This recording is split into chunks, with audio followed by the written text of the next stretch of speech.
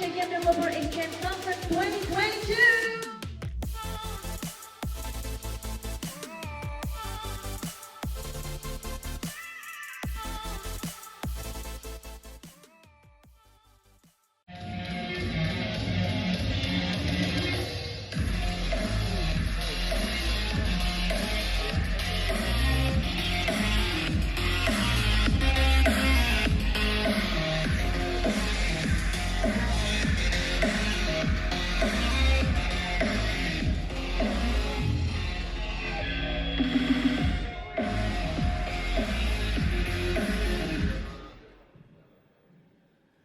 Selamat pagi, Om Swastiastu. How's IGDX going?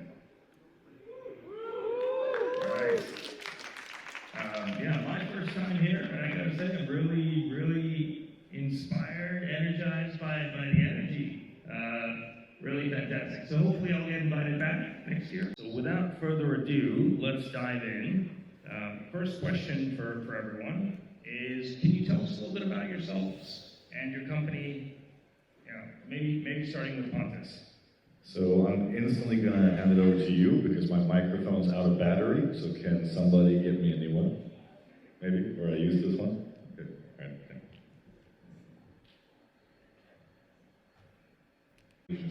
This is also my first IGDX, and like I wrote on my Twitter, I hope all event organizers can put us in hotels like this, especially, but maybe move the meeting rooms to the pool bar. I think everybody would agree with that, right? No, but it's really been a great time so far, so I'm looking forward to, To Indonesian hospitality.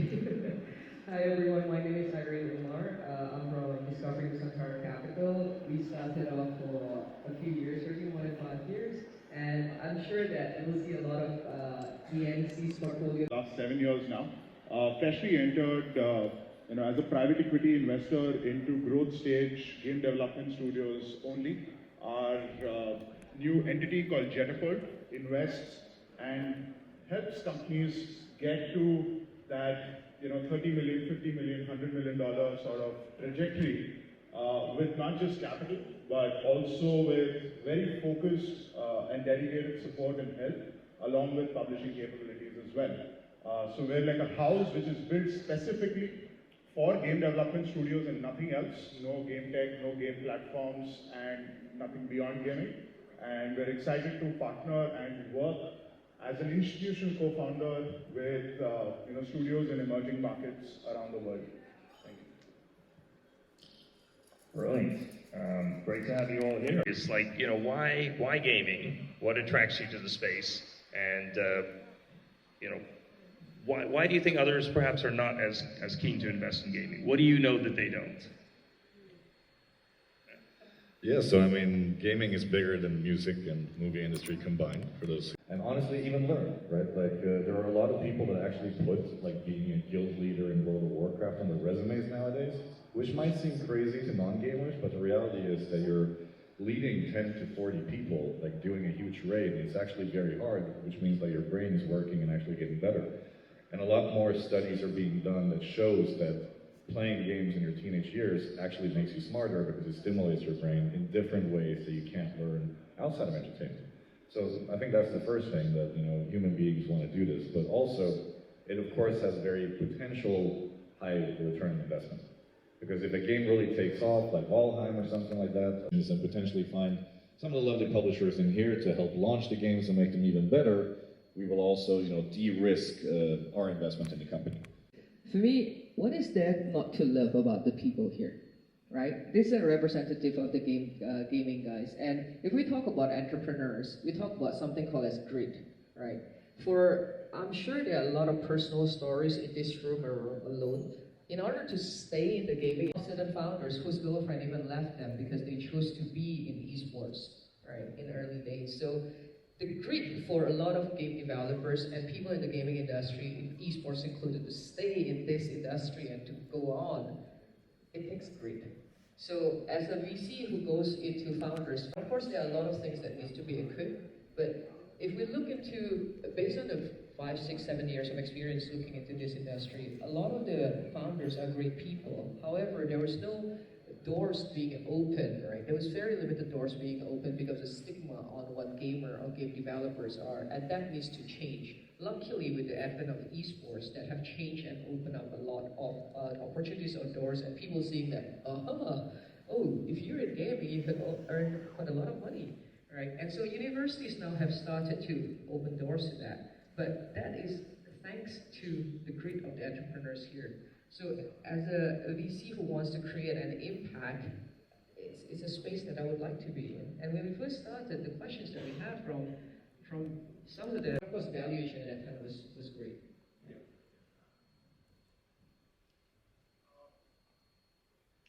So, I think I'd like to take this at a slightly higher level where I'd like to think about VCs as fuel for people with extreme desire and accelerated ambitions to actually get out of the trajectory that they are in, right?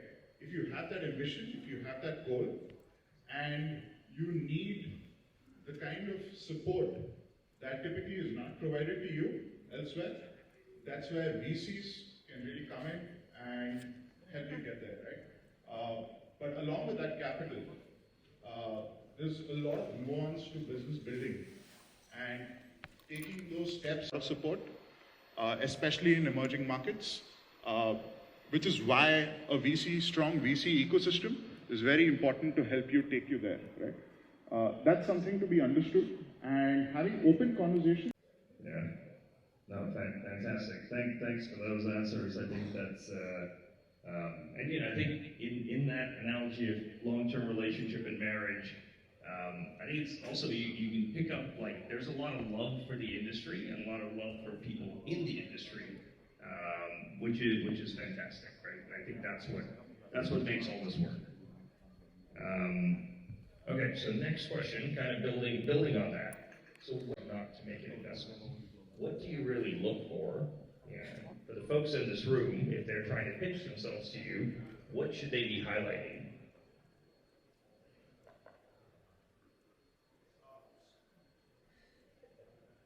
So we largely come in at a stage which is where most teams have sort of come together, have gelled well with each other, have understood their internal role, and the process of getting there is something that we plan and we work with on the studios and figure out more options on the table, right? Typically studios come in with options which are due to the circumstances in which they have contextualized their opportunities, right? Like the directions.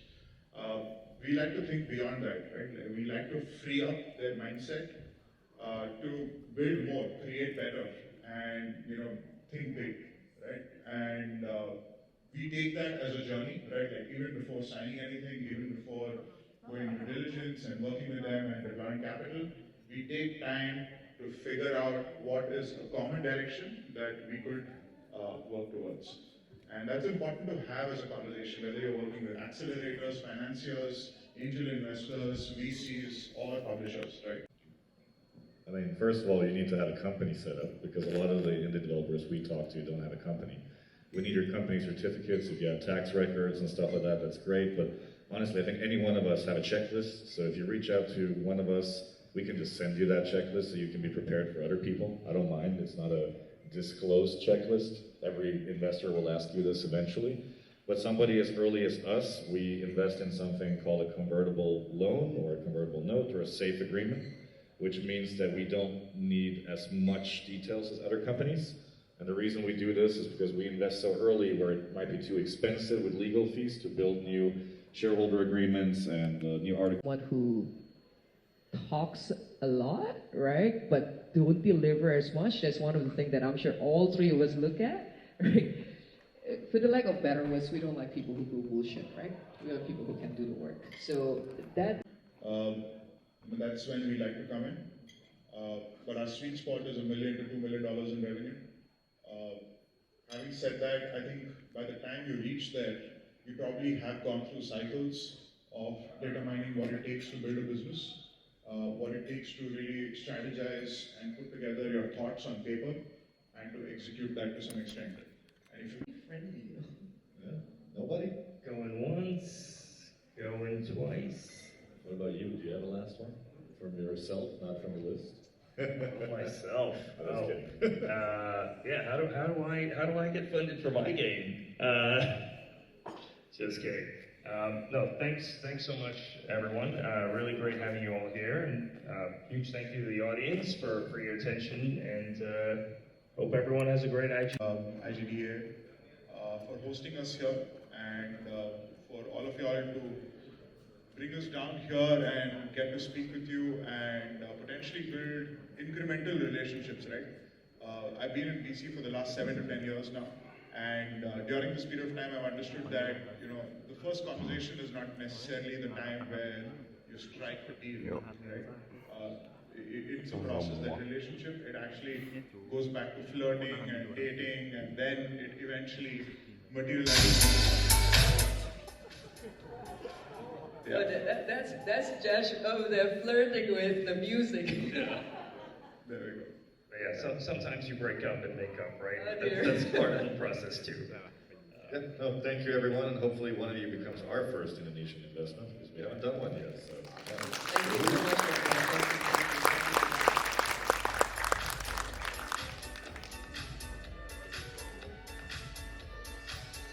If I have one message for the Indonesian developers who've been winning a lot of things, guys, please bring your flag. Bring the Indonesian flags and raise those out. And I know that Ashnil from XMDEC will be pretty annoyed by me, peace man, but bring the Indonesian flags, because we do IGDX here so that the world can know Indonesia have great game developers. Pontus, you have not invested in any game developers in Indonesia. I'm sure that Yash is also looking. So raise that flag up, guys. Please bring it. Thank you. Hello.